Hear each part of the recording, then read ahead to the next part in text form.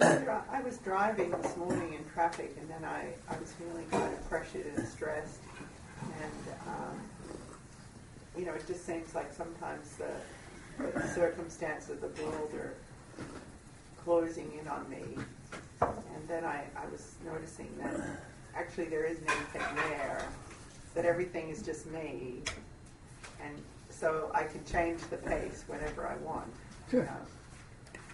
And so I just sort of, was like, oh, okay. And just because some kind of an energy quality is there, there's also an inconceivable range of other energy qualities there. So even if there's a certain amount of,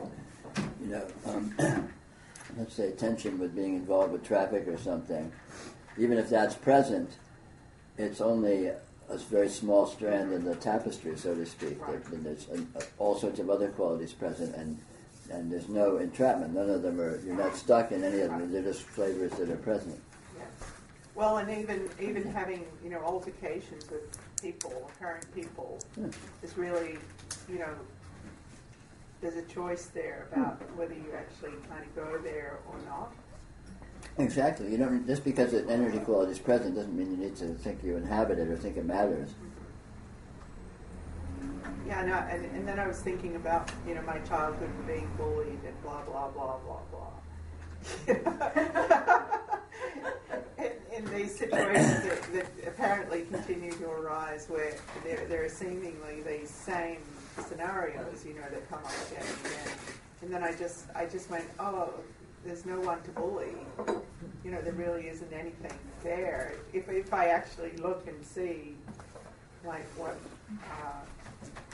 what the substance is, Exactly.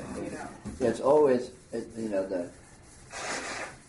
my advice is always, look and see what the substance is that's present, and you'll discover it completely transcends any particular way of taking it. And at that point, you're no longer stuck in having to take it that way. Yeah. And even if it is that way to a certain extent, just in terms of the flavors of the energies that are present, again, there's always so much other energies present that you can also tune into that are completely not like that. Yeah. And so it's wide open again.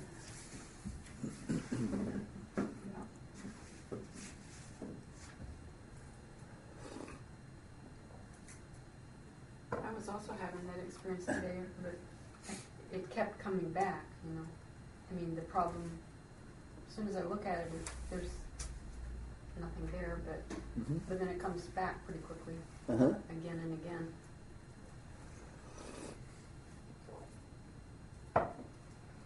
In what way? What was this? Well, it was a really big upset, and then that, I just look and see that there's nothing there, and then. It was like a problem you were presented with or something? Yeah. Uh-huh. Yeah. Well, the problem may be there in some extent, and you may require dealing with it in some extent, but all of that is, again, relatively small in an infinitely bigger context. And so, energy qualities are present, but they're not constraining. You're never stuck in them. That's real clear in the moment that it's cleared, and then a few moments later, I'm just wondering about. I was really getting how the time, like, well, why is it so clear, and then a few moments later, it comes back like it's a problem again? Well, it's the habit of relating to it in terms of some interpretation, and when it comes around in that way, then you're falling into probably a habitual way of relating to things in terms of interpreting them. And not interpreting them doesn't negate them, but it reveals them to be completely other than they seem to be in the context of any interpretation. Well, it doesn't negate it, but what it reveals, I mean, it immediately reveals something that is so satisfying and rich that the problem, energy, I mean, it's a different energy. Or I'm turned into a different aspect. Yeah. And like you were a real hot day, and you're sipping lemonade. And that was good. And a while later, you're really thirsty and hot again, and you're sipping some more lemonade.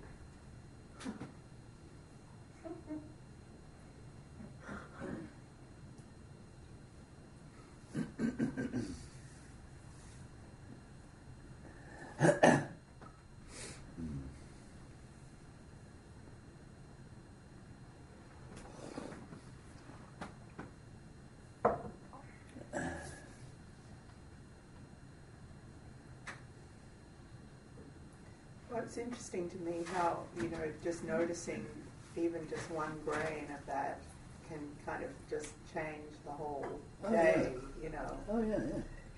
Noticing is inconceivably powerful. A little noticing just shatters a whole worldview. And again, it depends on your facility, how easily you get seduced back into a habitual way of basically being with it in an interpretive framework. But anytime that happens, again, a little noticing shatters it. Yeah. And that happened to me today. I was sort of just looking out the window, and I was sort of, just looking at all the plants, and just sort of got lost. And then briefly, I thought, I thought I was noticing, but not, if I have an idea about it, I'm not. Yeah. But I was. I mean, the thing is I'm always. It seems like it seems like I'm always noticing. I just don't know it. In a sense, I mean, well, you are. I'm directly with this, but your noticing is really about noticing. Yeah. And noticing is something that's always there. It's not like something you start doing that you haven't been doing. It's more like something you notice that has actually always been going along as a substrate. Yeah. I mean, experience is fundamentally noticing. Experience is experiencing itself in a completely transcendental way. That's a given. That's just the ground, the basis of reality, of experience. Yeah. And all of these sub-experiences of interpretive frameworks and all that just sort of skim over the surface of that without actually stopping that or repeating it or even touching it at all in terms of that fundamental event. And so noticing is simply returning to or acknowledging or giving attention to what is intrinsic, what you've always been doing, always, and you can't not do.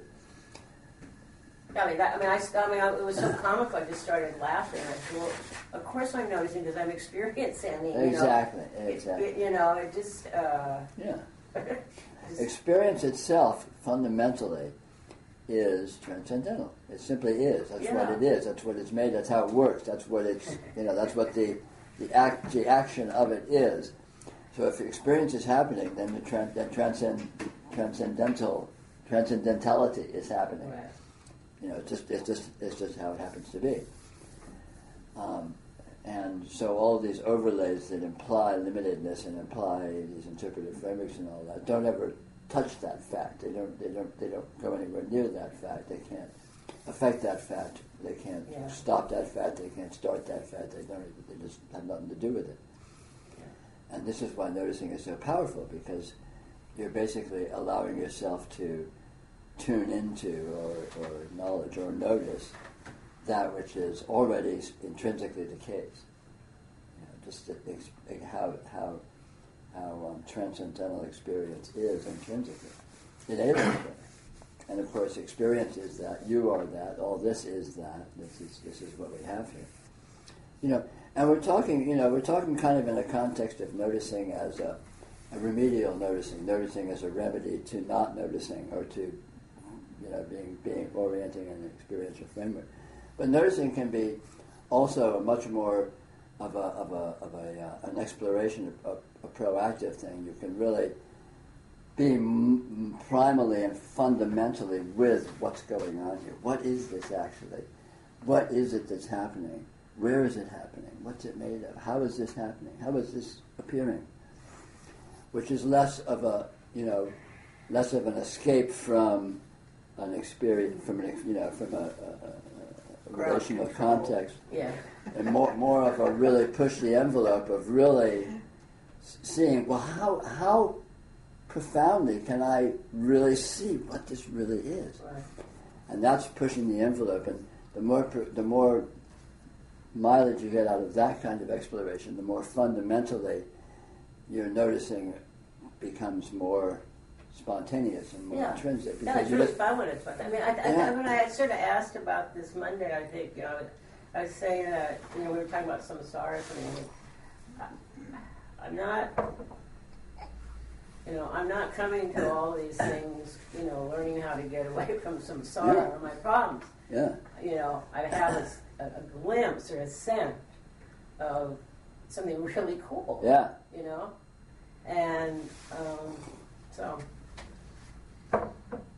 Yeah, for real. I mean, this is that, and the more fundamentally you notice that, the more empowering it is, the more amazing it is, the more astounding you discover you are. This is, and there's no limit to how profoundly you can know this, explore this, and be integrated with this in those terms. Be integrated with this as it is on its own primal level.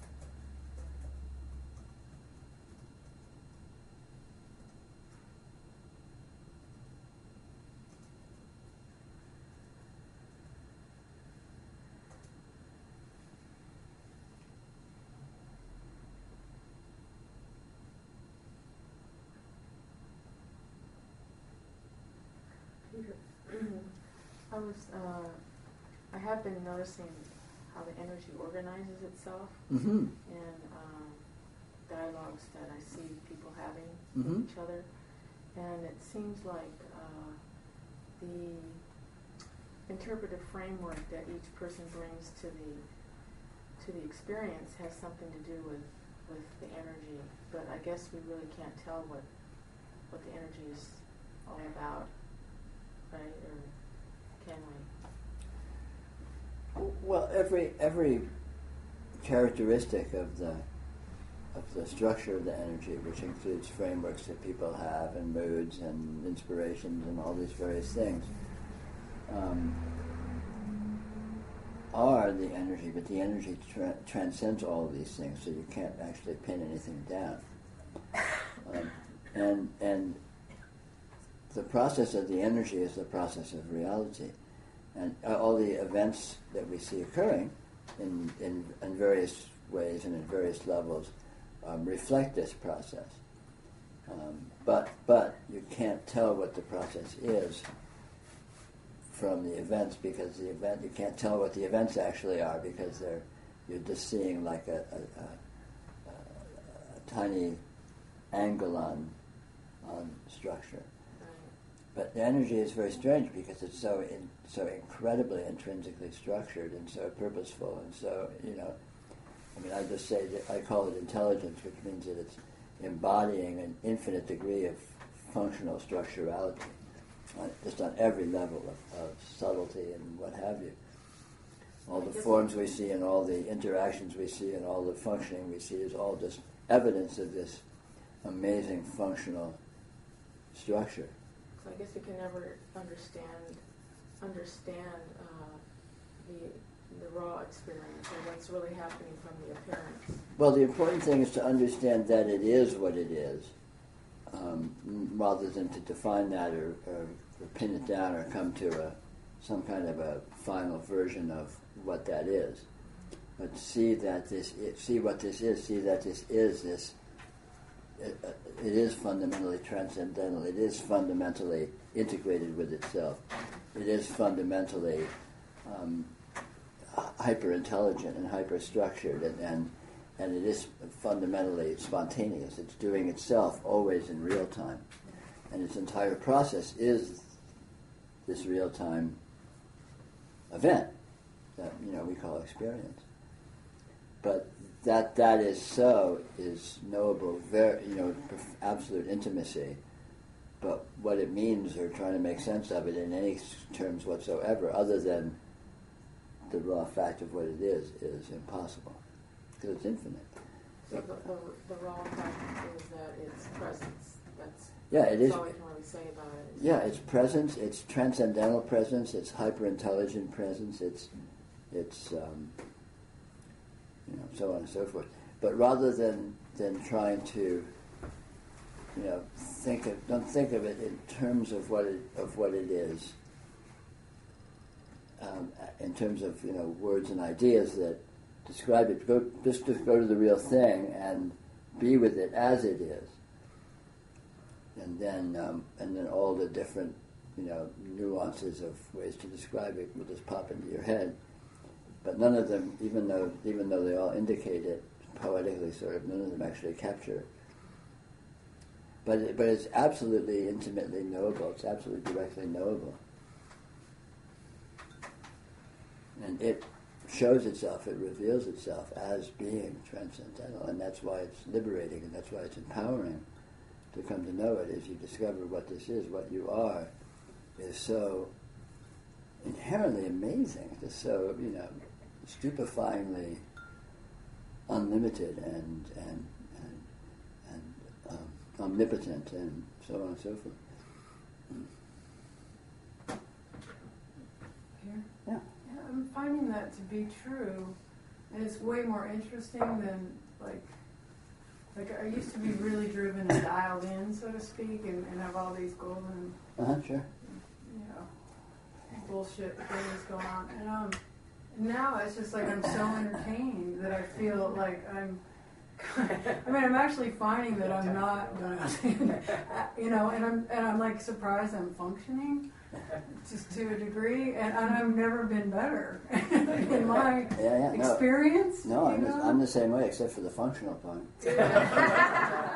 That's why he's got me for. Well, I mean, just getting out of bed and go, you know, and getting in my car and trying to remember everything that I'm required to remember to try to function. Yeah, I mean, it's a lot, and I don't really, you know, it's like finding that line between, you know, handling seeming responsibilities. Yeah, it finds itself. It's a self-stabilizing system. Yeah. You know, it's not always necessarily operating right on the mark in terms of what you think it ought to be, but it definitely finds its own center of gravity. I mean, it seems like at that very last moment where I kind of, I guess you could find that space something out, I remember, and then it handles, I take care of it in the nick of time. So it's like, I don't know why I'm concerned, but it's just it's so backwards from Yeah. Well, the more we settle into this, the more it becomes apparent how everything takes care of itself, and everything is basically spontaneously doing itself. And all of our supposed, you know, machinations and interactions with our supposed circumstances and all that is, of course, doing itself too. And it's a self-regulating system that, you know, takes care of itself. It does itself as it does, and that's what it always has been and always will be. It can't be other than that. And so that's kind of a comfortable, condition. You know, because it turns out reality doesn't need to be second guessed.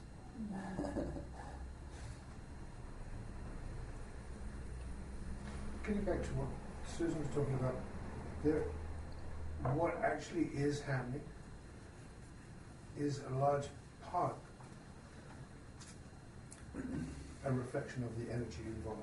Oh, it's completely a reflection of the energy. So that there isn't a separate energy and, and a thing. Oh, no. Whatever you see happening is what is happening. And Absolutely. It can't be separated out. Absolutely, one and the same. But any interpretation of what you think is happening is going to be very partial. Yes. Because the energy is so nonlinear and intrinsically infinite. But yeah, no, absolutely, yeah. So the other thing that I heard on one of the South Sound tapes is that whenever you notice, you're always accumulating currency. Yes. But it seems to me that that's all we can do is notice, and so we should just be rich with currency. Amen.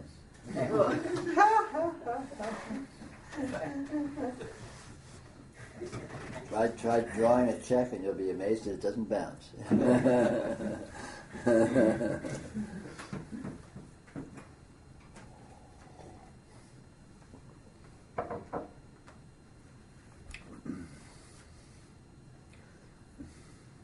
Yeah, we come to this place where to be aware, you have to be aware to be aware. Mm-hmm. And so purposefully noticing, even though it's not necessarily awareness, is as close as you can get. So I think so that purposely setting your mind to notice rather than just accepting that you're noticing is probably a very good way to get there. I can't think of a better way. Yeah. Well, any flirting with noticing trips you into it, because again, noticing is fundamentally an intrinsic condition that is already always the case. And so it's very paradoxical that we can seem to be not noticing, when in point of fact we're always noticing. And so you know, it's a bit of a what's the word for it? It's a nice little model for it. Sleight of hand. Yeah, it's like a trick of the light, you know. Right. Any orienting to noticing is liable to precipitate you into noticing that you're noticing, which of course you are, because you always are, you already are. But it takes that little It's funny, yeah. But it's a bit like the flip side of denial. Yeah, sure. Yeah, same thing. Yeah. But it takes something that will actually trigger. I don't know what it is. It can, it's like a trick, as you said. It's a trick. It is a trick. It's a trick. But it has to be subtle, because if it's not subtle, then there's all this sort of hyper willfulness in it. Yeah. Well, it teaches It's it. not It willful. teaches its own subtlety Right. because it is so intrinsically subtle. Yeah. You know, and the whole thing with noticing is just to do it in the first place, so to speak. And then having done it, then it shows you. The next time you will do it better, because it shows you how to do it by direct revelation. It's by showing what it is. Again, of course, in a very irrational, non-linear but at way. the same time, just noticing is as good as it gets. Yeah, sure. So that even if you do it better, you can't actually do it better. Of course not. Yeah, noticing is it. Is it? And the other thing that struck me was that one person's trick is not likely to work with anybody else. No, it's very subjective. You have to, Very, very subjective. you know, because it's like a magic trick. You can't. It's not mechanistic. It's not causal. You can't assembly line it or have do A, B, C and it's going to work. It's not like that at all. It's like trying to find inspiration or something. Well, how do you find inspiration? Well, you just have to figure out how to do it for yourself, you know, because for everyone it's going to be different. This is really bad for the yoga business. Yeah, it's bad for religion. Well, it would be if anyone was paying attention. Fortunately, that's not an issue. Right.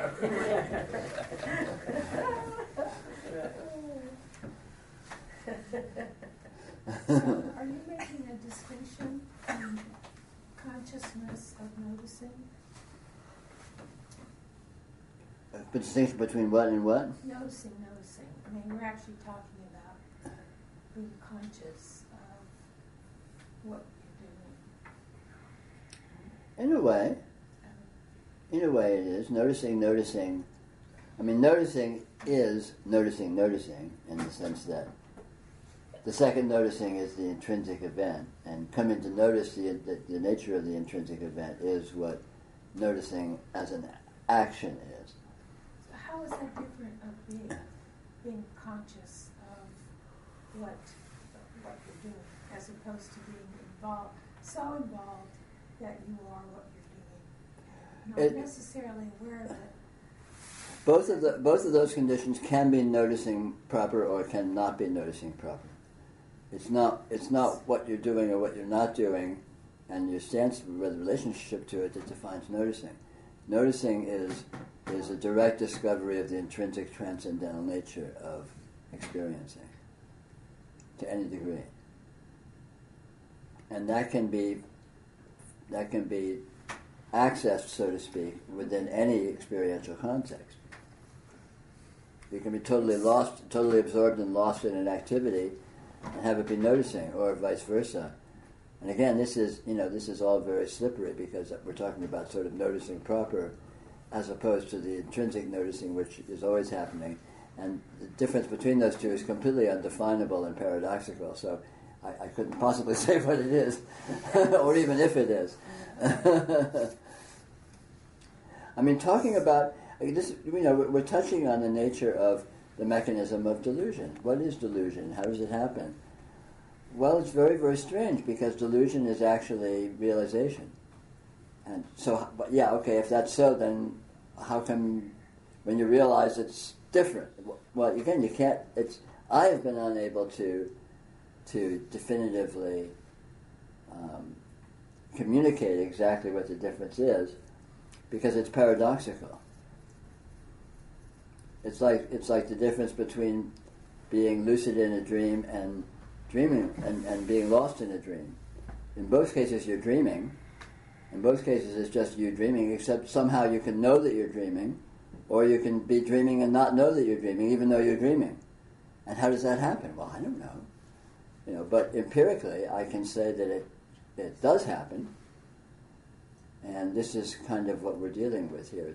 It's a matter of empirics, a matter of practice rather than a matter of theory. Because in theory, it doesn't make any sense at all. It's just gibberish. Well, I mean, we're not really talking about theory. We're talking about what actually happens. Right. But talking about what actually happens and doing what is happening is the difference between theory and practice. It is possible to notice, and if you seem to be in a condition of non-noticing, it's possible to transition, so to speak, from that condition to a condition of noticing. And that's empirically so. But exactly what any of that consists of, I'm unable to define. Well, okay. Basically, if an individual finds themselves believing as objectively true any definitional or interpretive framework that they seem to be approaching any aspect of their experience in terms of, that's the definition of non-noticing, a definition of delusion. And if you're with experience directly, which clearly reveals itself as completely beyond the limitations of any interpretive framework whatsoever, then that is noticing proper. And what's the difference between those two? Other than what I just said, I don't know that I could say. How do you hold an interpretive framework as being as if it was objectively true? You believe it unquestioningly, versus how do you see that it isn't? I don't know, but I can say conclusively that it is possible. Both of those conditions, apparent conditions, are possible. And the point is to realize that that's possible if you find yourself, if you're interested in the stuff in the first place, and if you find yourself grappling with feeling stuck with an interpretive frameworks, there is an alternative. It's the good news. What about the awareness of a transcendent mystery of isness that is happening as it's happening? Yeah, that's noticing. That is intrinsically outside of an interpretive framework. And any awareness of that is what I'm calling noticing. And any awareness of that is outside of an interpretive framework.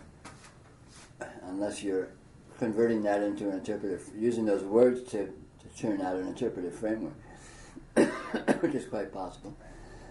Well, it's more of something that comes on, or something Sure. that Sure. opens itself into Yeah. consciousness. Sure. Yeah. Yeah. And this is what I'm referring to as being noticing proper, let's say, or the act of noticing, which is always a discovery of the intrinsic condition, which has already always been the case.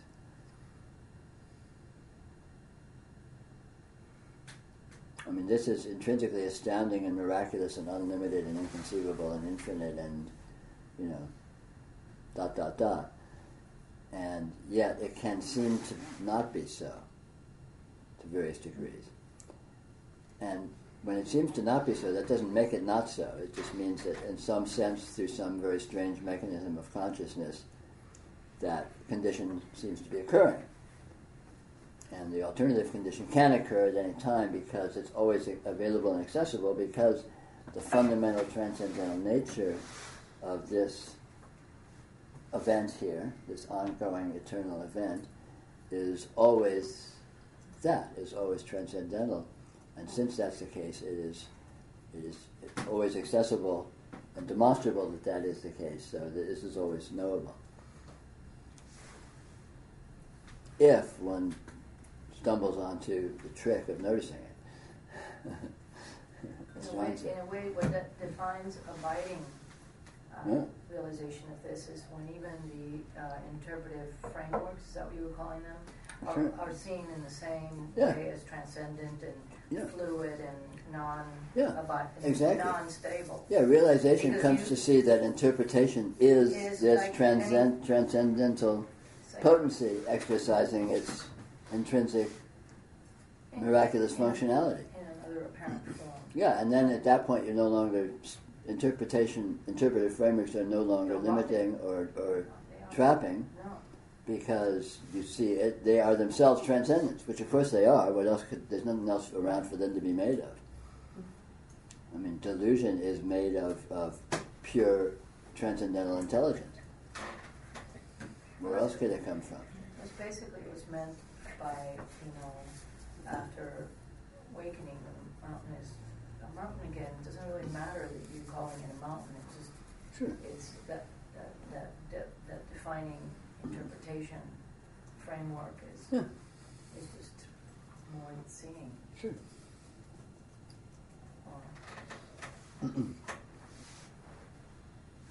I had a picture of a faceted jewel, how when it moves in a circle, different facets light up. And then it's just simply that we just light up occasionally. Like it's from the point of view of the transcendent reality, it's really just simply certain facets light up spontaneously, and it's really not anything we're doing. Sure. Yeah, I mean, because the whole notion of it doing or not doing, or anything we're doing or anything we're not doing, is all very slippery. Everything is being done by the transcendental. Everything is the transcendental. So, again, exactly the way that happens and how that happens, since it's transcendental. Good luck trying to describe it. But yeah, by all means, it's doing itself. I mean, it could, we can seem as if we're individuals and seem as if we're participatory and have a certain degree of, maybe willed action, and it can seem as if we can seem to be trying to do various things or engage with various things, whatever. And so, if that seems to be the case, you can take advantage of that seeming to whatever extent you can. But again, ultimately what you discover is it transcends any and every way of describing it. So, individuality is out the window, willfulness is out the window, blah, blah, blah. Everything's out the window, because what's actually here is pure inconceivability. Pure magic. And that's what's being done, and that's what's doing it, to the extent anything's being done.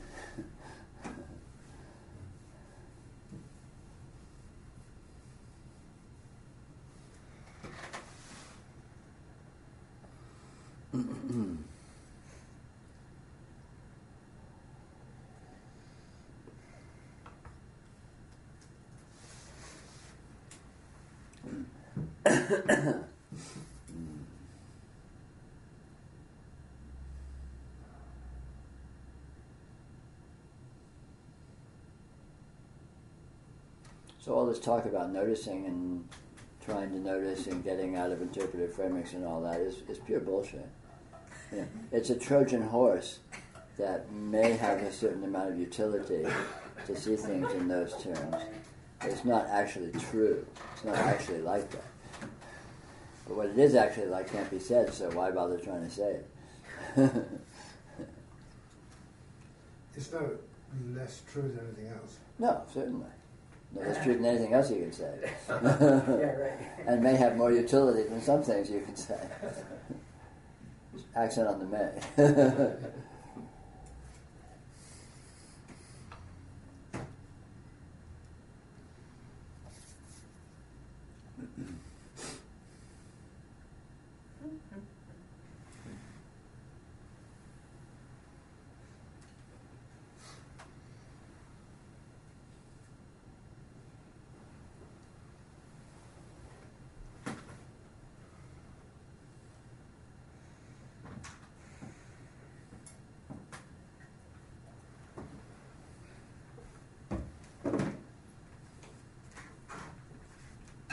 And that's the great power and ease of this yoga, is that it's already the case. It's just allowing yourself to notice what's already the case. And even if you don't notice it, it still is already the case. So you're still taking advantage of it, even if you don't know you're taking advantage of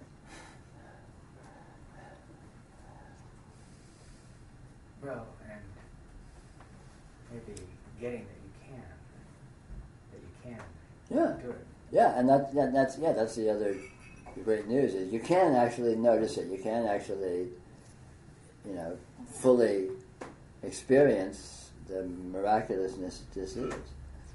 I mean, you already do again, but you can know that you are. I mean, it's available. It's actually doable.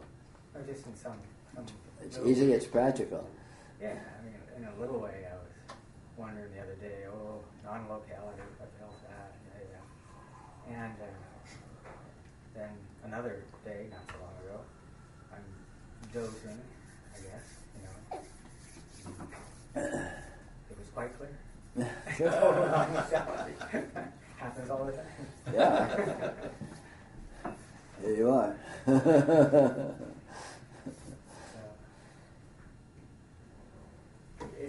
I mean, part of what I had a chance to play with and still do sometimes is the whole thing with koans.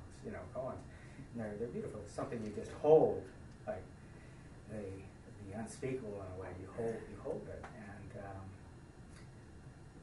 you just go along, and something will appear that still isn't speakable, but somehow. Mm-hmm. Well, this is all like that. I mean, this whole yoga is the koan of the koan of experience. Yeah. It's being with experience. This is the koan right here. This is unlimited transcendence. Okay. Cool. Sit with that for a while. Or forever. Whichever comes first. Take your time.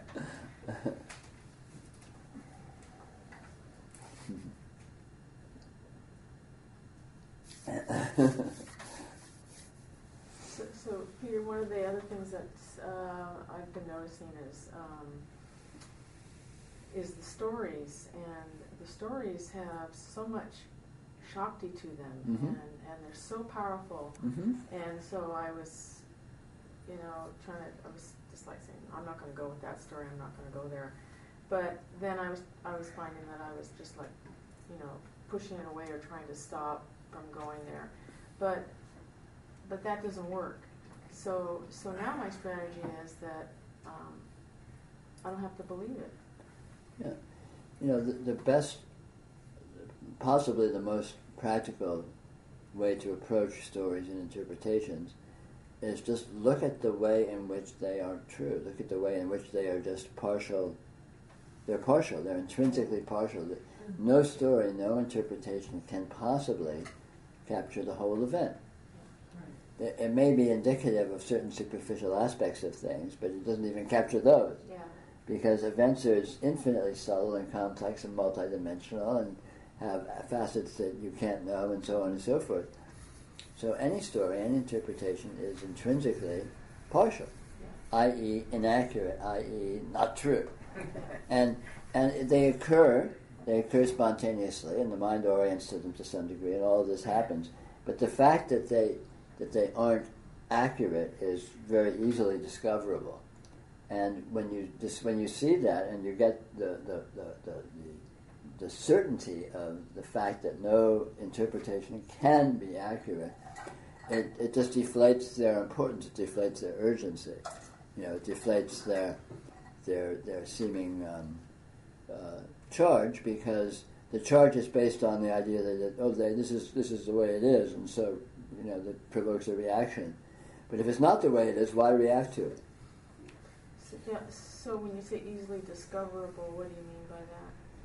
That if you look at any circumstance and you look at any possible interpretation of that circumstance, you will discover very quickly that the circumstance contains aspects that are not included in any particular interpretation of that circumstance. And even if you have a really complex interpretation, the circumstance still is more complex than that, more subtle than that, more non-linear than that, more multidimensional than that. It's like, just take so-and-so is a real whatever. So-and-so is a real fill in the blank. Well, yeah, they may be in some superficial way, but then you look at so-and-so, little more closely, well, they're a whole lot more than that. And anything is a whole lot more than anything. In other words, anything is intrinsically a whole lot more than anything you can say or think about it. And even if you have a really elaborate, sophisticated interpretation, it's still more complex than that, more subtle than that. So any actuality, any actual circumstance will be bigger and more complex and more multidimensional than any interpretation. And stories are, of course, made interpretations. And the power of stories is we react to them as if they were true, as if they were accurate. And when you see conclusively that no story, no interpretation can be accurate, that just deflates that whole reactivity, because there's no emotional charge in something that's not true. And these stories just flash, just by, they're so Sure. fast. Oh yeah. And in the human milieu, this is a large part of our minds are just continually spinning out these interpretations and latching onto interpretations we see like computer viruses being exchanged, at the limit of the bandwidth, just bing, bing, bing, bing. But it's not about anything. They're all wrong. They're all false. They're all like cartoons. It's like when you're a little kid and someone taunts you and they say, "Oh, you're just a whatever. You're a so and so," and you feel all bad about it, And when you see, well, I'm not. I'm just not. I'm much more than that. Then you just like, Now if a little kid comes up to me and says, "You're a poo-poo face," it's like it doesn't have any charge to me because I know I'm not. And even if I am, I'm a whole lot more than that. Yeah, I may have shit on my face, but I'm so much more than that. So it doesn't have the charge. It doesn't have the sting. You don't get sucked into. It's belief that. Belief in that it's true in some way that makes it, that provokes the reactivity.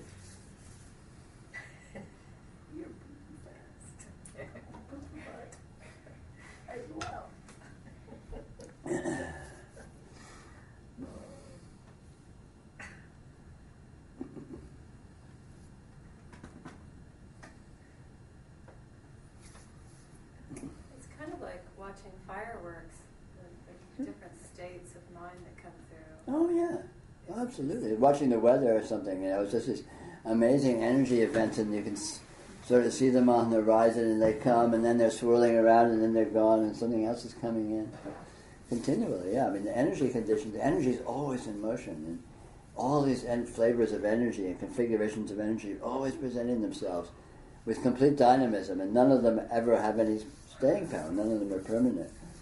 And they're autonomous, and they don't mean anything other than themselves.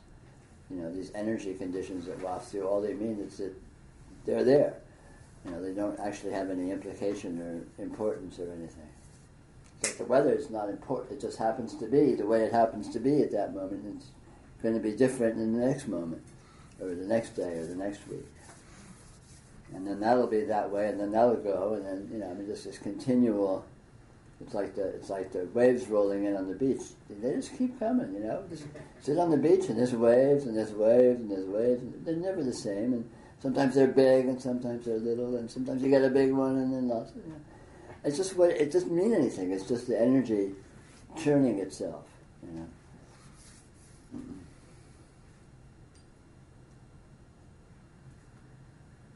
And our moods and our conditions of mind and all these various, and our health. And just how we feel and all that is just more of this kind of, energy that just sort of wafts through. Well, they don't mean anything in terms relative to anything else. Right. But they mean what they are. Exactly. They mean themselves. They mean their own presence. And what that is transcendent. That is what you're saying is transcendent. Well, it's intrinsically transcendental what they are, what the energy is. That's the quality of meaning. Yeah. Seems to me. Yeah, exactly. Why did anybody reduce it down to like astrology or Enneagram or personality type? I mean, why did they even just make it kind of, yeah? Well, any kind of a system of approach has its limited degree of relevancy to the extent it does. I mean, astrology is interesting. It's fascinating. It has some relevance, Does it Enneagram really is though? I mean, well, what do you mean by really? yeah, exactly.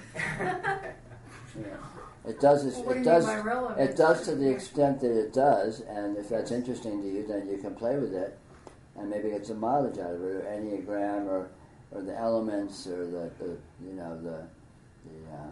Even like a meteor shower. I mean, you can't. What is the meteor shower really? Because you can't. When you go in, it's something so much more. Sure. I mean, But more and less, more profound and unlimited, and more specific and composed of elements don't contradict each other. They don't actually cancel each other.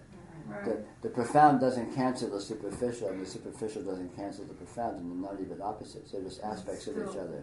Right. It's just different perspectives on the same thing. And so you find the same relevancy at any level of analysis, or at any, It's like you can look at the ocean looking at the waves on the top, or you can look at the ocean from 6 feet under, you can look at the ocean from 1,000 feet down, you can look at the ocean from 3 miles down. And what looks like is drastically different in each of those perspectives. But it's the same thing. It just looks different depending on how you look at it. And the currents down below don't cancel out the waves, and the waves don't cancel out the current. They just coexist. They're aspects of the same thing. Well, Enneagram and astrology and things like that is like giving numbers. You have a bunch of marbles on the table, and you separate them into clumps, and you give numbers to how many are here and how many. And that's basically what astrology or anything else you use to get a handle on an energy experience. You know, 2 marbles. It's a way of approaching things, and it's it's just a point of access. Yeah. But anything's a point of human modes of analysis, even though they're completely inaccurate for more profound. Language. We're sitting in a room and we're having a discussion, and there's a table there and some cushions on the floor and there's a computer here. From one level of viewpoint, that's completely absurd. From another level of viewpoint, it's like, yeah, of course, obviously. And those different viewpoints don't cancel each other out, even though they seem to be drastically different. They coexist, because they're valid from their perspective. They're valid from their point of view. I mean, this is why language in normal human analysis, even though from many profound points of view is completely absurd and completely inaccurate, yet from its own point of view, it's fine. It does what it does. It is what it is. It works the way it works, and it's not an either or. It's not like profundity doesn't cancel superficiality. They're the same thing. They're just viewpoints on the same condition.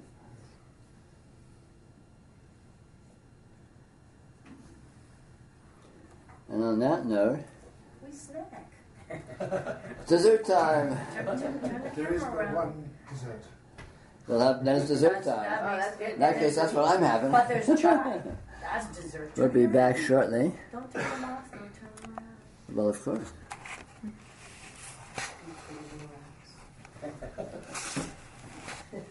They're the little Oh my God. Well, we can't see anything.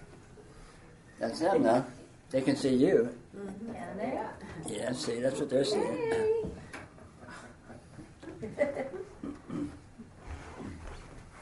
Time entertainment. Is Rhoda online and Jeff and Beth? Who's on there? Jeff's in that online. Oh, is he? Hi, Yep. Jeff. Hi, Beth. Beth is probably watching the Food cooking, show. the food channel. Yeah. If she's not with that married. Who's Oswald? We're with Uncle Peter. Oh yeah. I don't know. Ask him. I guess I could. He knows Aaron, he said. Oh, he knows Aaron. Oh, so he knows you. Somebody else? Yeah. Oswald? Who is that? I don't know. But they know you. I'll ask. Hey, who are you, Oswald? Mike's watching. Mike? Hi, Mike. Mike and Jeff are Levenhagen. Yeah, I figured that's who you meant. How's Lisa doing, as he said? Yeah, he's been sending me some emails. She's home. She's home? Seems like what? She's home now? Like Yeah. right. Going off the meds. I think the meds are making her sort of crazy. So she's doing I mean, Tylenol. it's like, yeah. Oh, yeah. He's saying yeah. he just lets When go. I've been She given says pain he's a poopy medicine, face. makes me crazy Well, too. by saying Oh, somebody's an Aquarius, it's like, yeah. I just miss all of this. I'm super hypersensitive. Yeah. Because we'll never know. Is it? We'll go for what? No. Yeah, it is.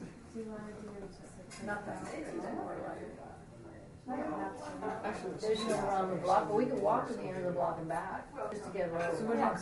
constitution. You call a monk who can't You got something to bundle up with? I'm glad I brought this, I almost didn't. Or why can't the monks speak? Oh, because there's not time. That is a great jacket. I did. And you're like, whatever.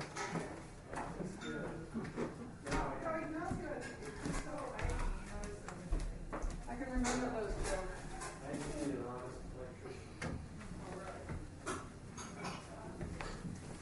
So Blink Equality is filing bankruptcy. Blink is bankrupted? Oh, I'd like to keep it. For us. Suzanne? I don't know. Not really. But I mean, chargers, sometimes things will have to have work. I mean, if they decide to go on. But they don't have enough money to keep operations going the second half of 2013 unless the U.S. government unless somebody buys them out. Somebody should bail them out. They've been in operation since 2005, funded by the U.S. government. So the government what, pulled the rug out? No, I think they have to go generate their own revenue. I guess they don't do it. So if they succeed, they'll start charging us more. No. They don't have contracts, they sell. Well, not us directly. Yeah, we'll have to see what happens.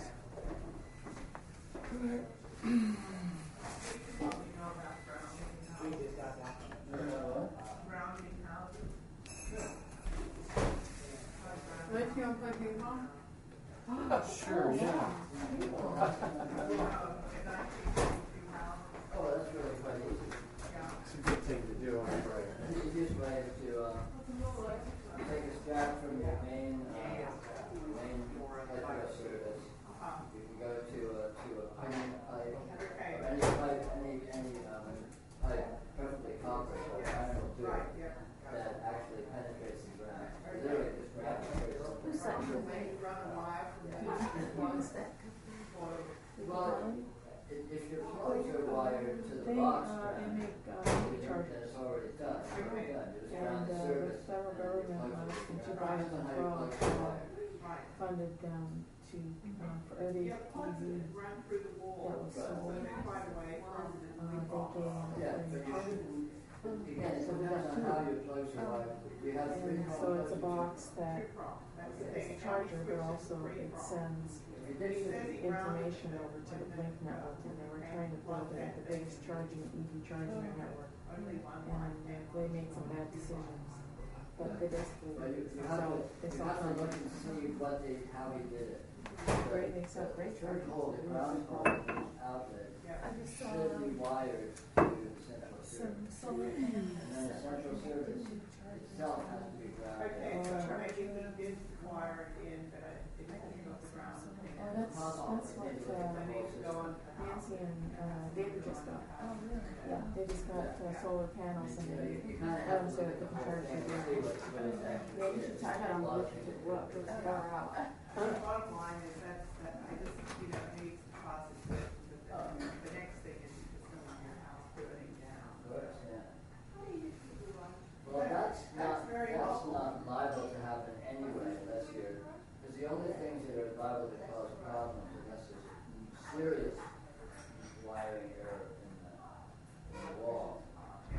The only thing that's liable is if you're running you're running things that draw a lot of current, like electric heaters or like major big size motors Right. and things like that. And then I have Like lamps and all that just don't draw enough current to start a fire.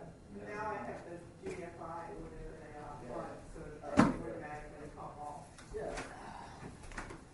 What? Right, that's like my dad was a mechanical man and his twin brothers the electrical man. My dad could never answer electrical questions. He's like, go ask your uncle. So that's, I'm sorry, all I did is somebody explain it to me. And then I'm like, oh yeah, that makes sense.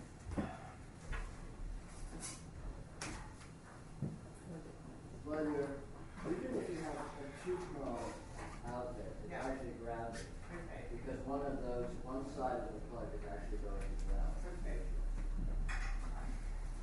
But again, it just has to all be strung up right. Right. However, whatever system you have, it has to be wired And then together. that thing she plugs into the plug, Yeah. that lights up, that shows Yeah. that it's done right. Yeah, exactly. And when she came, the inspector, she was like, oh, something's wrong here. But exactly what it is, you need to actually Yeah. trace it. You actually look at it. Yeah, like, See what's actually. just with a little thing, my uncle would do Oh, that yeah, with sure. here, he could Yeah, you just look. Yeah, you just just go look. in and go, oh, okay, it's Actually, running amps here. Yeah, if you pull the plug and look at how the wires are, and then you go to your service and pull the breakers and look at how the wires are, and how the right plug there. Yeah. It's very simple. Okay. As you know how it's supposed to. All right, well, I'm stuck on board. I'd be glad to help out. Question. I don't know. I'm not licensed, so I don't know that my opinion is worth anything. No one that I have to date is licensed. Oh well, in that case, I'll be in good company. I'm my own contractor.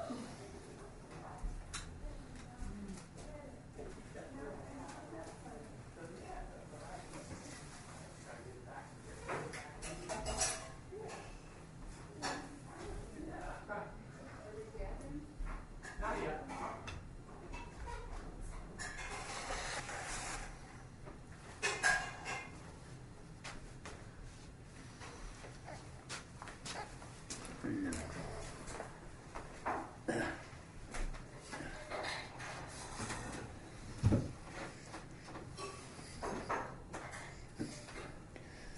You're a TV star, or an internet star, anyway.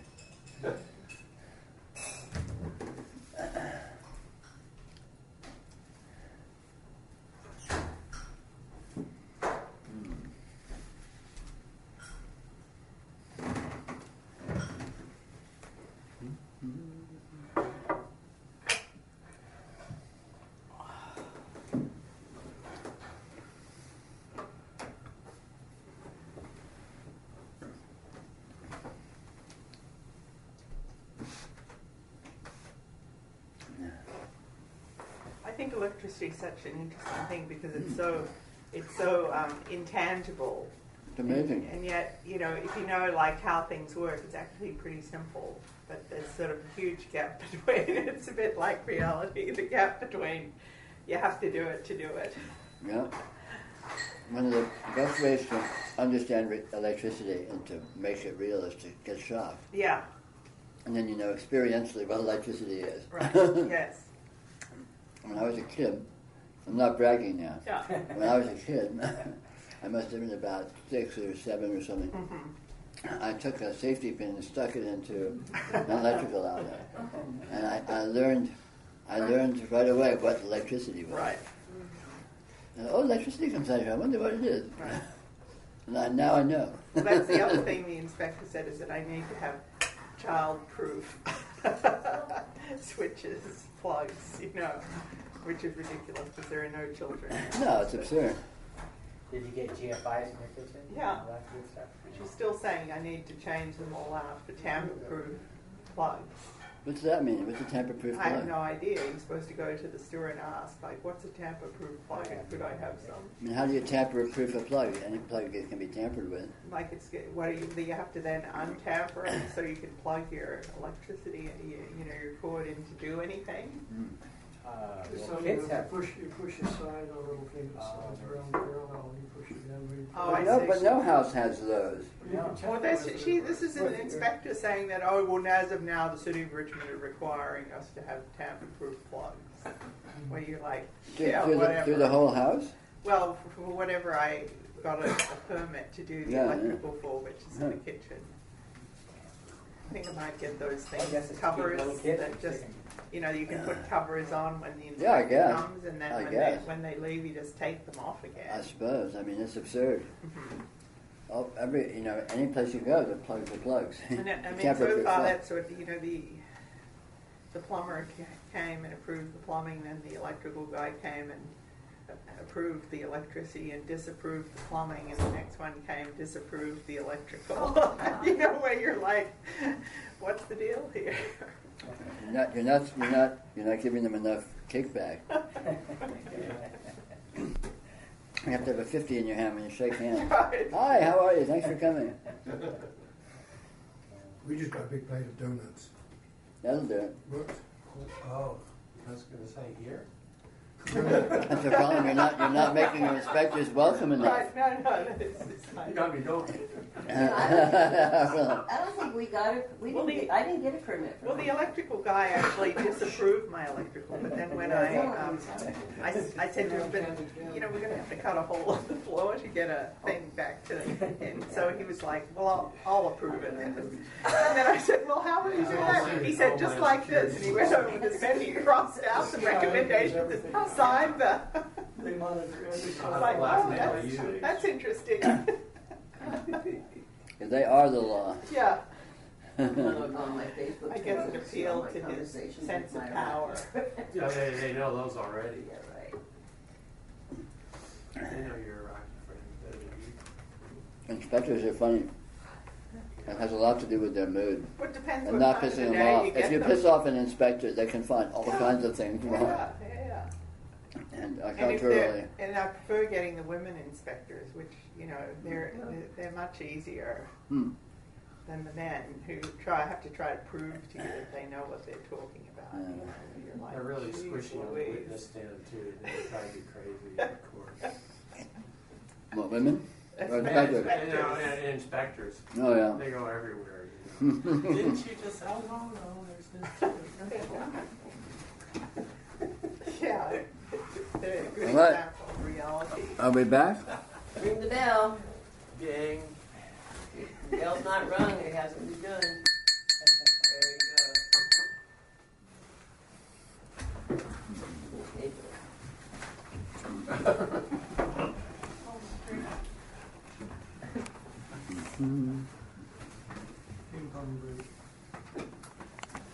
Okay, we're officially back. Whatever that means.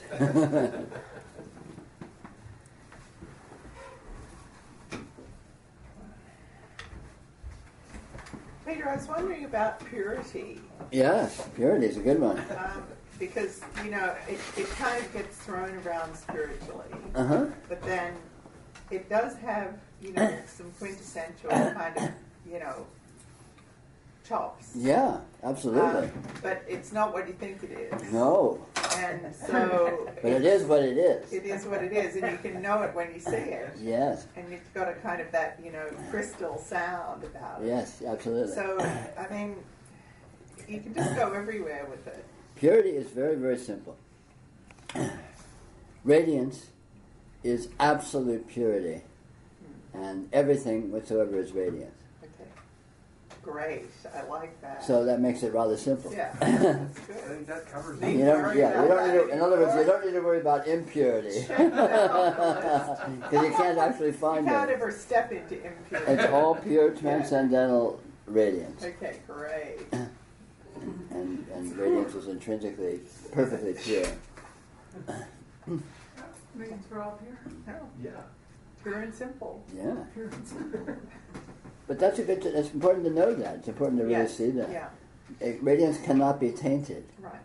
It cannot be, compromised. It cannot be, Well, it's a bit like noticing in reality that you can think you're impure, but you're not in fact impure. Exactly.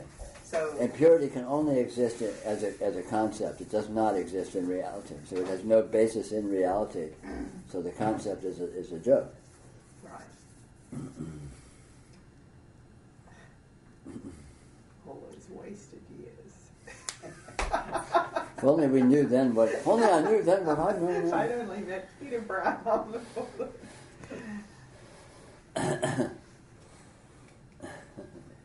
it's sort of looking back, it just sort of cleans everything up. Yeah, just like. Fortunately, it's retroactive. So. Yeah. Right. I never thought of myself as pure. Well, sorry, I've bad news for you in that case. You're as pure as the driven snow, John. You've shattered my illusions. No two ways about it. Here I was working at corruption. Well, corruption is pure. Pure corruption. It's a bit of a showstopper, isn't it?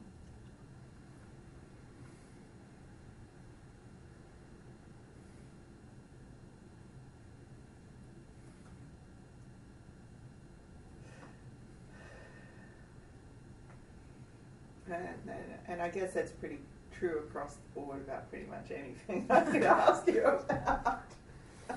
Pretty much.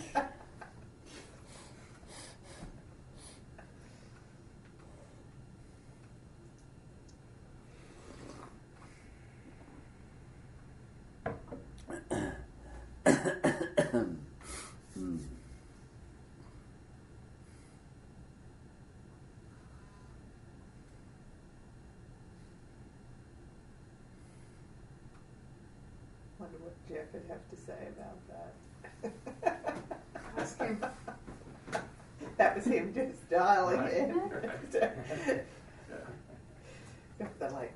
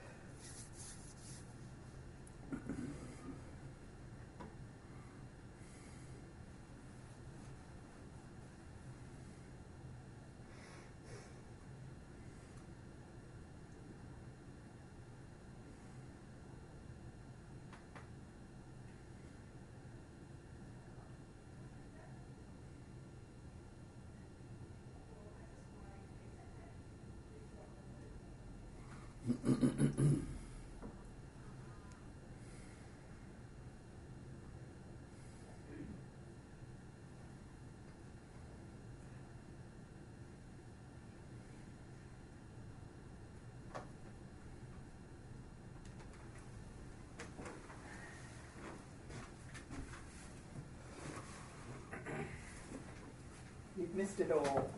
I know, the best parts. Ugh, shucks. That's why we left, you know. We have an opportunity.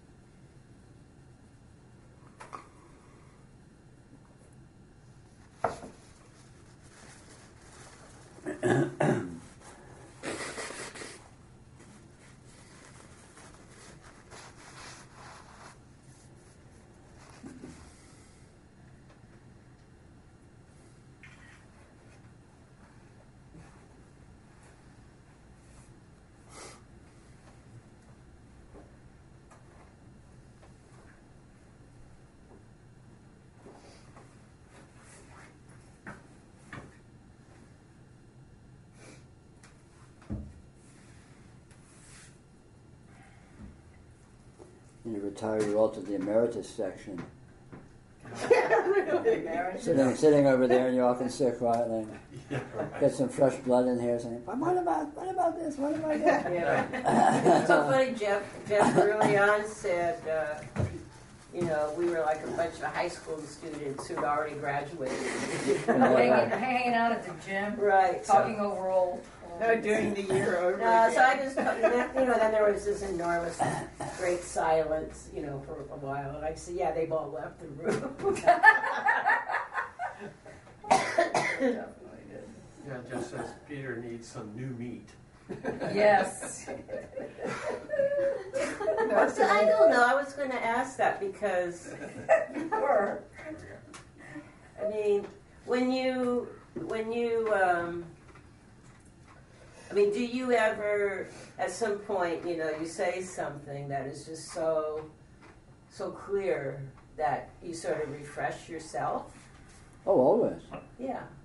You know, there's endless discovery and endless revelation of this condition. And it's always surprising, and it's always fresh, and it's always wonderful. Yeah. But that's just continually available. You know, and it becomes more and more apparent that that is the case. And I mean, basically, you move from a condition of having questions to just experiencing the answer on an ongoing basis, on an ever-refreshing basis. Yeah. And at that point, you're no longer asking questions. If I was going to a group like this, I would have nothing to say unless someone asked me something. In fact, when I come to this group, I have nothing to say unless someone asks me something. Exactly, right. Because I have no questions. I have unending answers, but the answers are just the experience of this, you know, continually presenting itself in infinite new guises and new nuances and new juxtapositions. Even if it's in words. I mean, sure. Yeah. And that's sort of what it comes to. It comes to just kind of sitting back with a smile on your face, or not. Because I have to say, you know, I mean, some people's questions, you know, at some times, you know, really hit, you know, and sure. you know, and sometimes your answers miss. Sure. But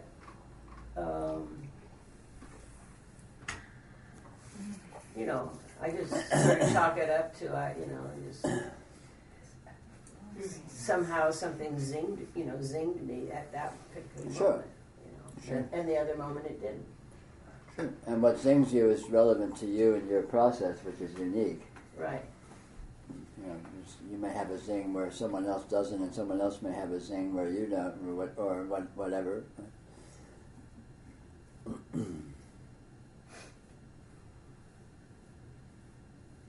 But there's endless zing to be had. Yeah.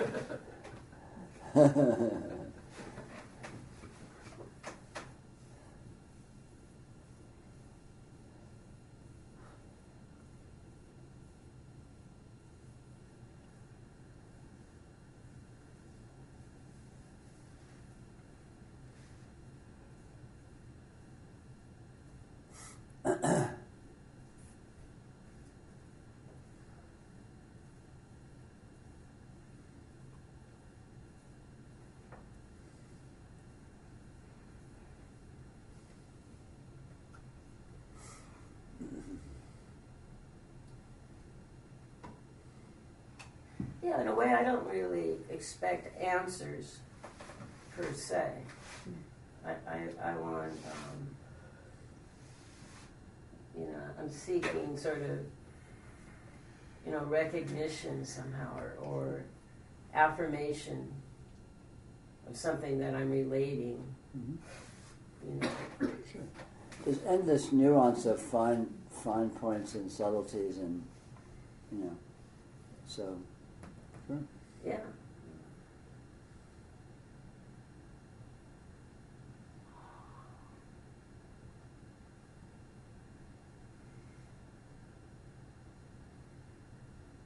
Well, I've been enjoying what you were saying on Monday, taking advantage of this. You know, that the way this is. Well, it is. This whole yoga is basically slipping through the cracks. Cheating. It's cheating. It's counting the cards. It's like being involved in a very elaborate game with a very elaborate rule structure, and here you are here, and you're supposed to do this, and you're supposed to do that, and you're supposed to do this, and you're supposed to do that. But somewhere way, way down in the list of rules is a little small print that says, and by the way, you don't have to if you don't want to. You can just go to the finish and win the game at any time. But if you're gullible and you just read through all the rules and take it in those terms, you might not ever notice that. Wait a minute. Well, I'm even finding a kind of deliciousness in compulsive activity, right? In the compulsion to just keep like repeating it. Sure. Because I know that now in some way, right? Sure. We all do, I guess, in some way. And yet it's still, it's chewy, it's crunchy. Sure. Well, that's what there is.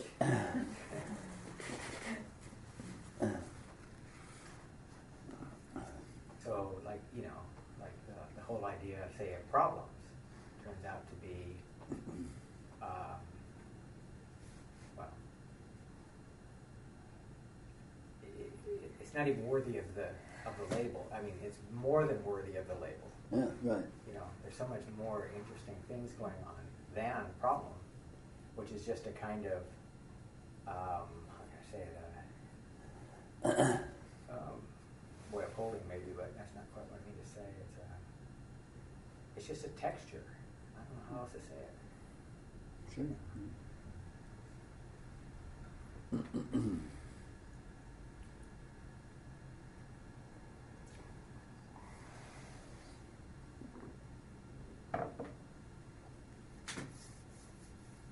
Well, it seems to me that the more untethered I become, the more opposition there is, apparent opposition from people. That people are reacting.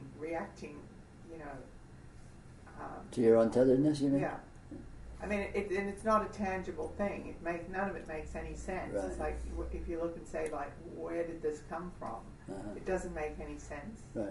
Yeah. But I could see that. I think I might be in the same position if I had much to do with people. Yeah. I generally, if you had a day job. Yeah, if I had a day job, for example. Yeah, where people just like break up for no reason. Yeah. Where I'm like, oh, where did that come from? And there's no point in me looking to see where it came from. Right. It seems at this point, because if I do, I don't find any check marks or whatever. But it does rattle me in terms of investigation, to see that in fact it's not anything, and it's just like a cloud, passing across the sky or whatever. Yeah, sure.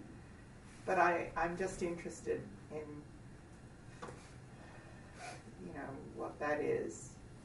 Is that karmic? Is it impurity? Is it? You just clarified that one. It's not impurity, but everything is karmic. Karmic is the apparent patterning, or you could say the apparent flow of events that seems to be occurring in your experience, and it is part and parcel of your process. Although, of course, the karmic patterns are transcendental in the sense that they're not resolvable definitively as being this or that, because they're infinite. So superficially they seem to be this or that, but they aren't actually. And yet all of this fuss, all this process, all of this life experience is you. Yes. Is you being you. Yeah. And it is that, it has to be that, and why that is the case and what that case is complete question mark. Right. And yet it is that.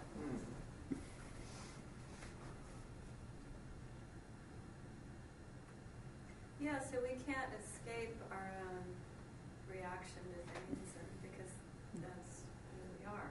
Of course. Yeah. But there's nothing to escape, because your own reaction and the circumstances you seem to be involved in and all that are actually transcendental, because they're actually infinite.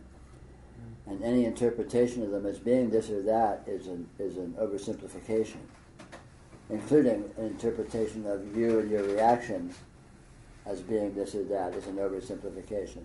And since they're all actually infinite, I mean, they just intrinsically are, in real time, there's nothing to escape because there's nothing actually limited that presents, even as it presents as specifics. There's all these specific qualities that present as our experience, but they're all intrinsically infinite. None of them are actually resolvable as being this or that, so it's a very strange state of affairs, where everything is precisely what it is, and what that is infinity. So it's you know, tell that to the judge. And actually, it works sometimes. I need my lawyer to do that. Yeah.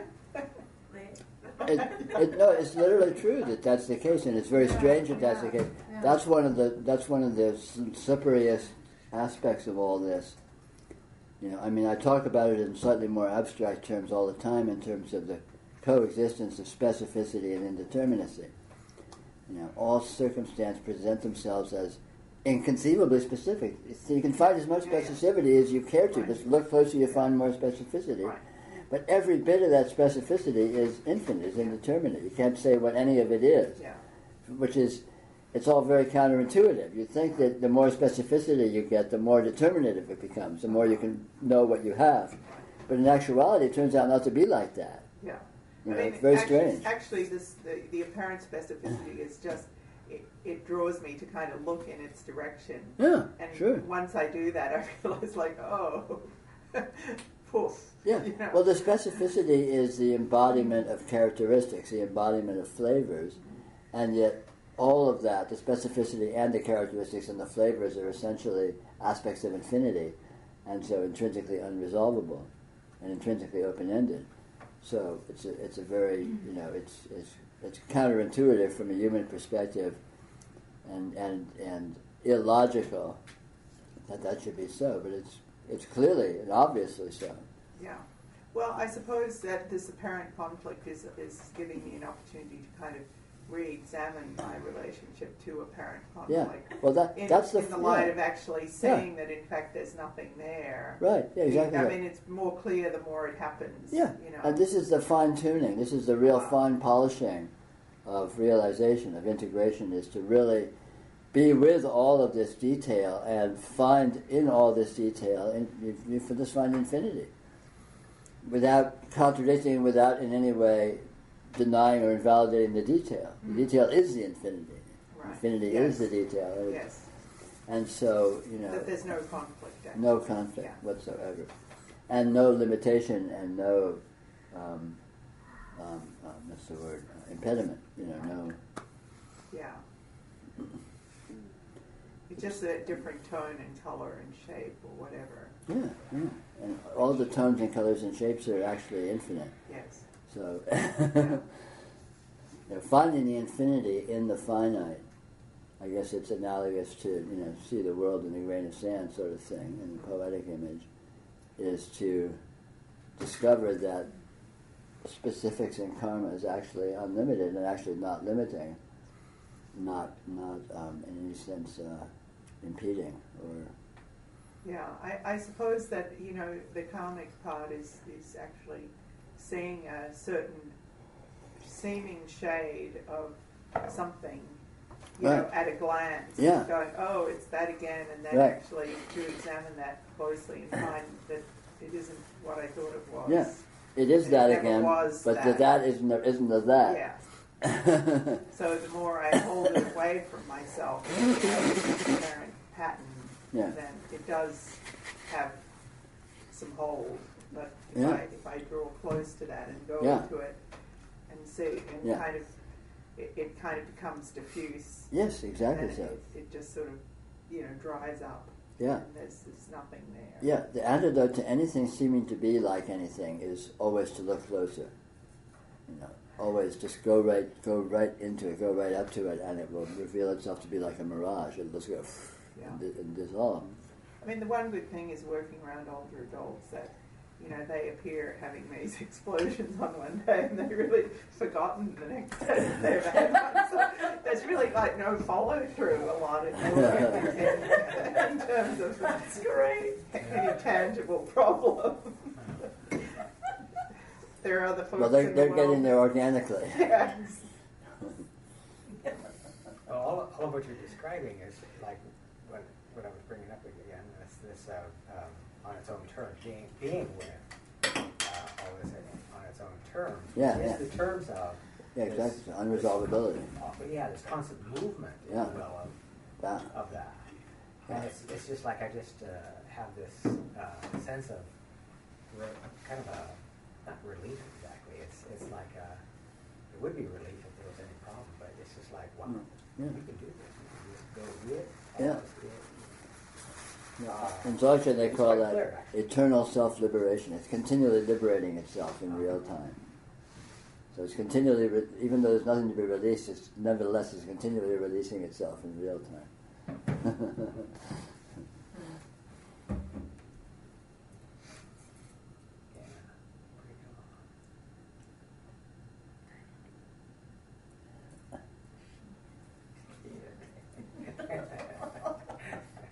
Those Tibetan yogis were sharp. Yeah, they just sat around in darkened rooms and came up with all this stuff. Eating butter tea, right? That was it.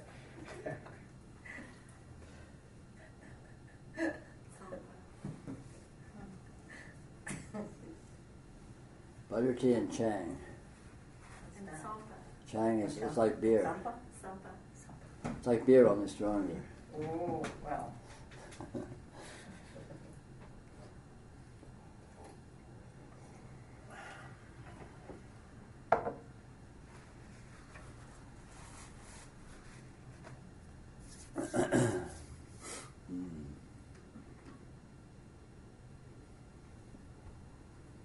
It's interesting when you have a kind of a moment of revelation, all the sensations that were defined as body, air, they all change. Yeah, they open into unresolvability without being invalidated, without disappearing. They just reveal themselves as infinitely more than that and infinitely other than that.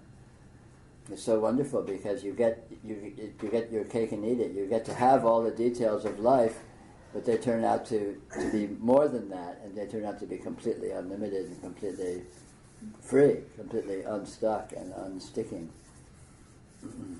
All the definitions and all it's of like it. playing the game of life. All of it, yeah. Yeah, and all this energy's freed up. I mean. Yeah, totally. Yeah, it's free energy, continually refreshing itself. Just roll the dice.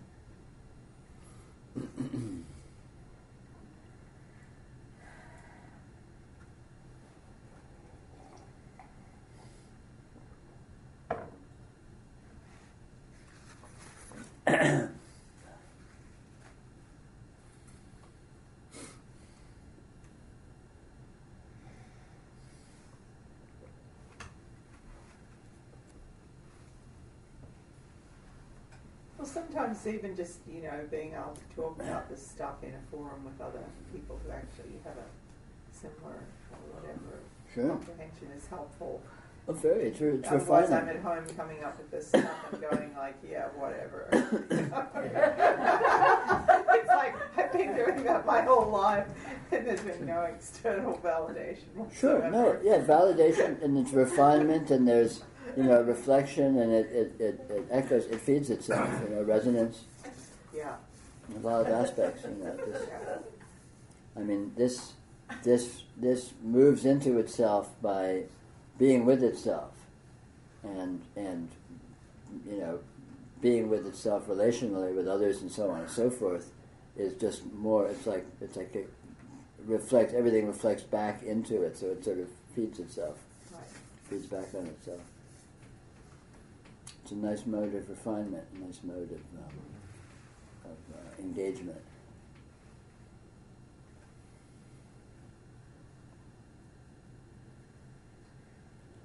And people's different energy is very refreshing because everyone's take on everything is unique and different than your take on things. Yeah. And so it's very easy to become sort of dull and numb to one's own normalcy, just because it's so consistent with itself that there's no what's the word outside gauge of it. There's nothing to go up to, nothing to compare it to or to see what it really is.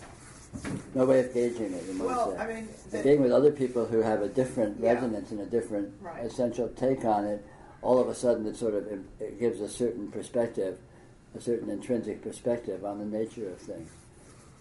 I think, every day I'm encountering people, places, and things that I do have that with, but it's sort of still like being invisible because there is no capacity to see that my take on things is actually of any consequence, or not that it is anyway, but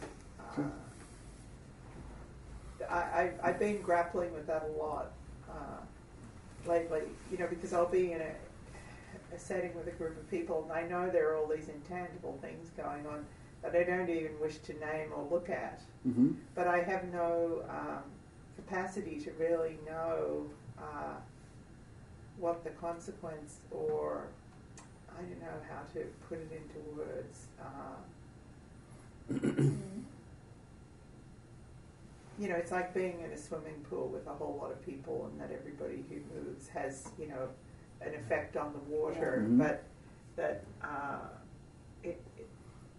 it's hard to, at the end of the day, I come home and I'm like, whatever.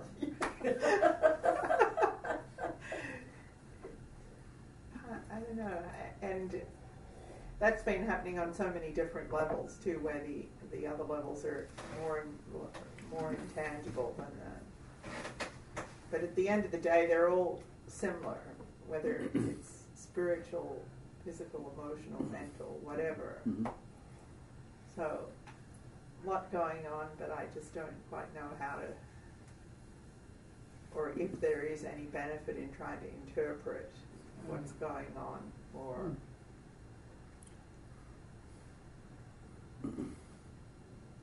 Yeah, interpreting is just more mental. It's no different than trying to define. Yeah, of course. Well, interpret might not be the word I'm looking for either. It's make any sense of. Yeah. Or, right, well, one thread. A lot of the details of this conversation are eluding me. but one thread that I do resonate with very strongly is that validation is really a profound and an essential part of spiritual discovery. I can say this, not theoretically so much as from my own experience. I think that,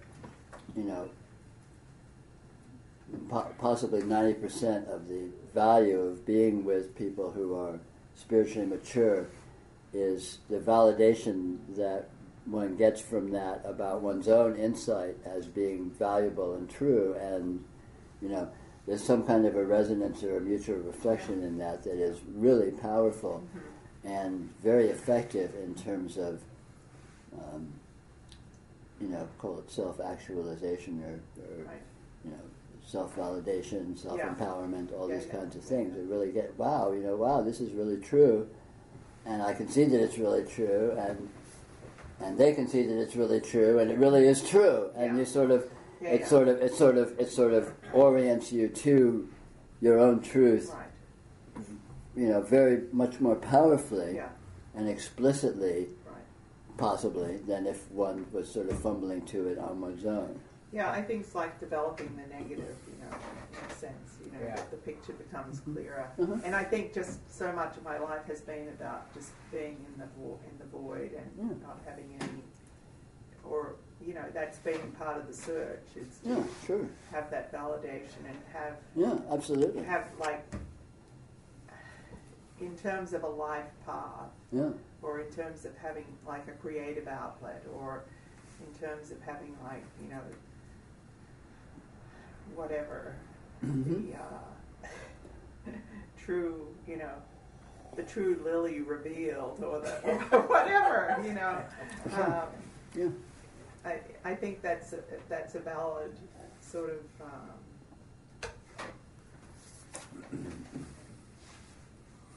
I don't know,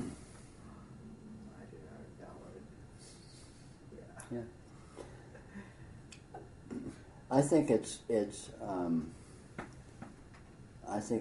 you know, it's a major issue in spirituality in general. Is I think people who are inclined towards spirituality have degrees of insight, but it's hard to have a perspective on that insight. It's hard to know to you know, to really get that, wow, I've really got it, as opposed to like, well, that's kind of neat, you know, and have sort of self-doubts and insecurity, yes. and alternate versions of things, and, you know, whereas having a external validation, you know, really conclusive validation is so integrated, and so, so empowering in terms of tuning into your own truth. And I think that a great deal of the spiritual process is that. It's not even so much one of discovery as it is really, you know, getting it. Wow, I've had it right. Yeah, that's it. That's really it. You know. Right. And so it's a kind of an internal validation or internal reinforcement. Yeah, because it is. In fact, it's nothing new. You know, it's the same. It's the same thread, the same core that has always been there. Nothing. Sure. Spirituality is real, and it consists of and comes from one's intrinsic nature. And as one intuits this or comes into spirituality proper in any sense whatsoever, where that becomes relevant in one's life, it's a tuning into this actuality. But at first it's very vague, and it's not validated by society at large, and it's all very iffy, and am I going crazy? And I mean, you know, what? Yeah. Or am I just a nutcase? Yeah. You know. And so to really move into the power and the validity of this actuality is the very essence and practice of spirituality, I think. Yeah. You know what though, Peter? As you're describing this, it occurs to me that there's a slippery slope. Validation may have its place to a certain point. But a lot of fundamentalists, a lot of religions work on that premise. Sure they do. So in the end, you're always the final proof for yourself. You have to stand on your own direct experience, because you know, this is how religions are formed. People validating each other, and then they think, oh well, the 10 of us think this is so it must be so I'm right. This is, and then you kind of stop. Well, there's a subtle difference between validating in a structural context, because that's a merging of two things, as opposed to an open-ended validation, which is free of context. There's an existential validation, which is intrinsically liberating as opposed to intrinsically entrapping in terms of being oriented, or, you know, like in a religion or a spiritual group. If it's, you're for real, you know, as long as you're, you know, keeping the 10 Commandments or whatever. Well, I think that we have to some degree go back into that murky area, you know, that has been so much part of the spiritual path, you know, to date, in order to see, you know, to tease out like what is real and what isn't real, or, you know, the as you say, the finer points of that. Sure. Yeah. Belief is the difference between these two. Exactly so. Right. But validation is a mechanism that is powerful, but if it's validation in a context of a belief system, then you've got a cult. Well, but it's more subtle than that, because you can be saying things to each other, and as you just yourself admitted, some of what she was saying you didn't quite get what she was trying to say. So if at some point but that's she helpful. thinks No, that's helpful to me. No, I understand. I'm giving an example as more general rather than just you specifically. I think it can be a problem if somebody thinks that you're actually validating what they think they have described to you, and in fact you're not. Of course. So then they... Well, validation is a subtler thing than just verbal validation or conceptual validation. No, I agree. Validation but has a lot to do with a much more profound resonance, and I mean, it can't be said what it is, but... But still, in the end, you cannot depend on external validation because there isn't anything. I'm not talking about depending. I'm talking about it's part and parcel of what makes, like what we do here, work, and what makes it valuable, as opposed to just bullshit of God's good way to kill 2 hours. I mean, it is that, but it's arguably somewhat more than that, and that's... Arguably is the operative word. Well, sure, you can dispute that and say it isn't for me. I'm not saying that's not what one what can. I'm saying One is could. that there are other people sitting in similar rooms and Sure. they feel that they are doing exactly what you just described as doing here. Sure. And in a And sense, maybe they are. But I mean, how is that relevant to us here, right now? Because it's just what you're talking about is just theory. No, I'm not. I'm not. It's not relevant to the I- discussion that's going on between Peter and I at this moment. I think it is. So that's all I'm saying Uh-huh. is that in the end, you're responsible for that. Validation from communicating to someone else isn't sufficient. Well, to me, it's more like a quality of recognition. Mm-hmm. Yeah, that's sure. what I said. Yeah, like somebody says something, I recognize in that. Right. In their But you're the own, one recognizing. Well, whatever. I don't even think about that stuff. It's because it's actually at the same time, because what they say, I recognize, and I'm feeling what I experience at the same time. But the difference is wonderful because it has that quality of bumping up against things, and in the difference, I have much more of a sense of what I actually experience, what I actually understand. Sure. There's a kind of a there's a kind of a fine tuning through bouncing up against slightly different points of view of the same thing. And inspiration. Yeah, absolutely. Yeah. Well, the fine tuning is it's an alive and vital fine tuning. Well, that's exactly the point I was making. Is he's recognizing it. Right, of course. He's not waiting for external. Of course. Well, we're not talking about being active and passive. We're talking about actively and intelligently. It just seems to me like it can very easily become very slippery for someone who's not mature or sophisticated. Anything can. Any context whatsoever can be a vehicle for delusion. Absolutely. But there is something, I mean, you use that term, transmission. I mean, something happens. Right. Okay? Yeah. And it's a special relationship with the teacher. But who's doing the recognizing? Yourself. Well, I don't know. No, what I'm saying. There is no one. There is no one but me. Right. Exactly. But there is transmission. Exactly. I have no idea where it's coming from. But it's your own. Well, I don't know. It's not. I don't know if it's my own. I don't know what my own means. Obviously. No. It's transcendental, but it's actual. Oh, I didn't say it wasn't. Yeah.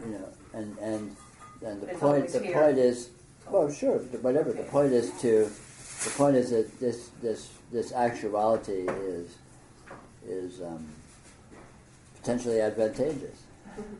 It always is. Jeff's getting off on this.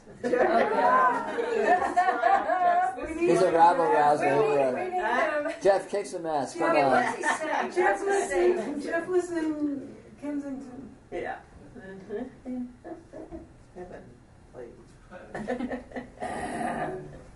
What rude remarks is he making? Well, I think part of what you're saying, Lily, is that there's something that we're all in a way tuned into that has nothing to do with anything outside. Any recognition is your own. You know it already if you would recognize it. That's the quality of it. Yeah. Right. That's the nature of it. You can't recognize it unless it's already there. Well, that's why it's validation, because it's my validation. I am validated. through this validation. This validation is mine. It's a validation Okay, yeah, I of guess it's my truth, my reality. my particular understanding the word validation is different than what you guys are talking about. Because validation is when, like somebody else has put a stamp on your validated ticket, Well, I'm not talking about a form. I'm not talking about formality. I'm talking about an energetic actuality. A two-part thing. Sure, it is. Well, you know, and you come here and you know. Yeah, exactly. Well put. Finally.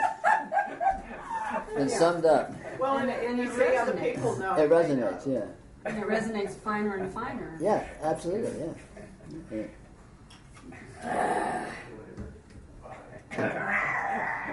This morning I was listening to a recording, and I'd heard it before, the day before, and I was listening again, and every word was just like, evoking infinite truth, like resonating. Each word was poetry.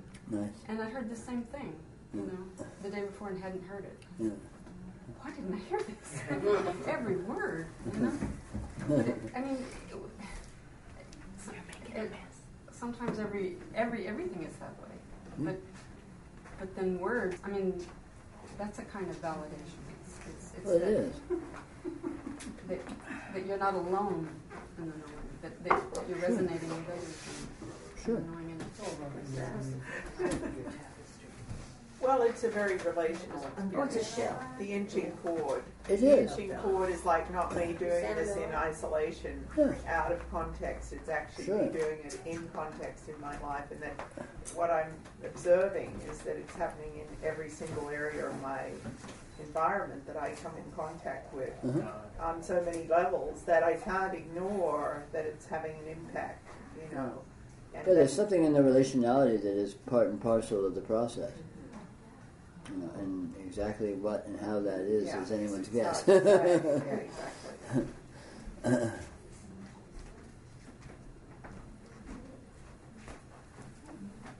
Well, it does help to see other people going through that too, in their own experience, and Sure. Not that it directly affects what I do, but it just gives me more confidence to step into my own process with a sense of, that I can't make any wrong moves. Sure. There is nowhere to get to.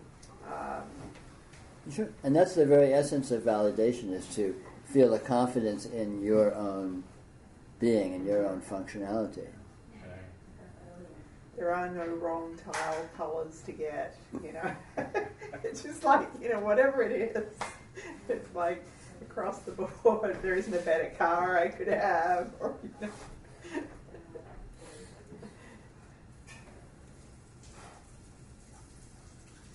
Even all my wrong moves and screw-ups and everything like that, as they're screw-ups, right? As they're being, in my sense of things, wrong. It's okay. It's good.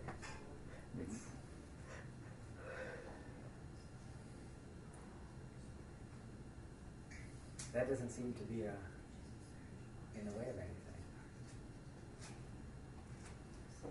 Which it works out pretty well.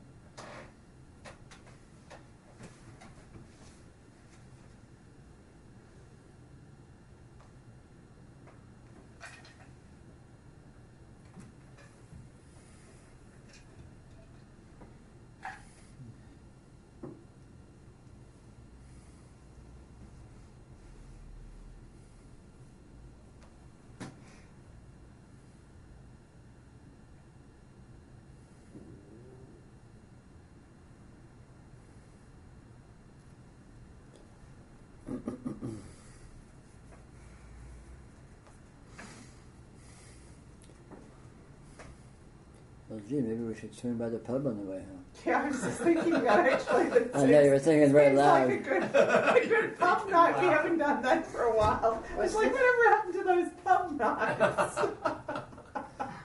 You're thinking See, there's your impact there. And on that note, good night, friends online.